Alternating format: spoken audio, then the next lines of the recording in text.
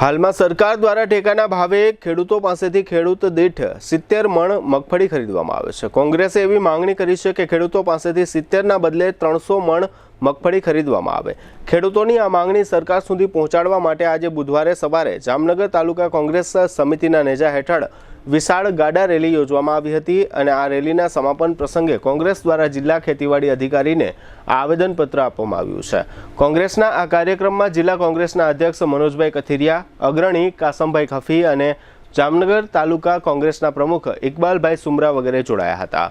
આ તકે જિલ્લા કોંગ્રેસ અધ્યક્ષ મનોજભાઈ કથિરિયાએ એમ જણાવ્યું હતું કે સરકાર એક ખેડૂત પાસેથી 70 મણ મગફળી ખરીદે છે, તે યોગ્ય નથી। આટલી મગફળી તો અમારો ખેડૂતો ઓળા તરીકે ખાઈ જાય છે। આ કાર્યક્રમ દરમિયાન જિલ્લા કોંગ્રેસ પ્રમુખ મનોજભાઈ કથિરિયાએ મીડિયા સમક્ષ આપેલી વિગતો પ્રસ્તુત છે।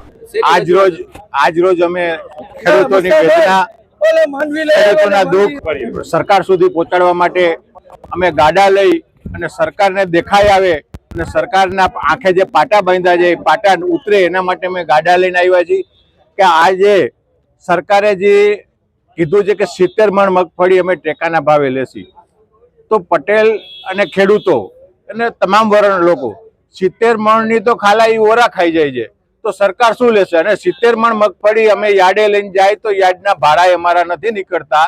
ખેડૂતોની એવી વેદના છે, તો સરકારશ્રીને અમારી એવી રજૂઆત છે કે ઓછામાં ઓછી 300 મણ મગફળીની ખરીદી કરે ટેકાના ભાવે। જો 300 મણ ખરીદી ટેકાના ભાવે ન કરવી હોય તો બાકીનો ભાવફેર ડાયરેક્ટ ખેડૂતના ખાતામાં, જે ભાવફેર આવે છે ખેડૂતના ખાતામાં જમા કરે। ક્યાં સુધી આ સરકાર ખેડૂતોનું શોષણ કરશે? આ ભારત દેશ છે, એ ખેડૂતો ભારત દેશની શાન છે। એટલે અમે સરકારને રજૂઆત કરી છે કે ઓછામાં ઓછી 300 મણ મગફળીની ખરીદી કરે અને ખેડૂતોનું શોષણ બંધ કરે અને ખેડૂતોને જીવતો રાખે, એ અમે રજૂઆત કરવા જે આવ્યા હતા। ખેતી અધિકારીને અમે આવેદન આપ્યું કે અમારો અવાજ અને ખેડૂતોનો અવાજ સરકાર સુધી પહોંચાડો અને રજૂઆત કરી છે। અને રજૂઆતમાં તમામ ગામડાથી એક ખેડૂતના ફોર્મ ભરી અને સાહેબને રજૂઆતમાં અમે અટેચમેન્ટ કરેલા છે, એ રજૂઆત કરવામાં આવેલા હતા।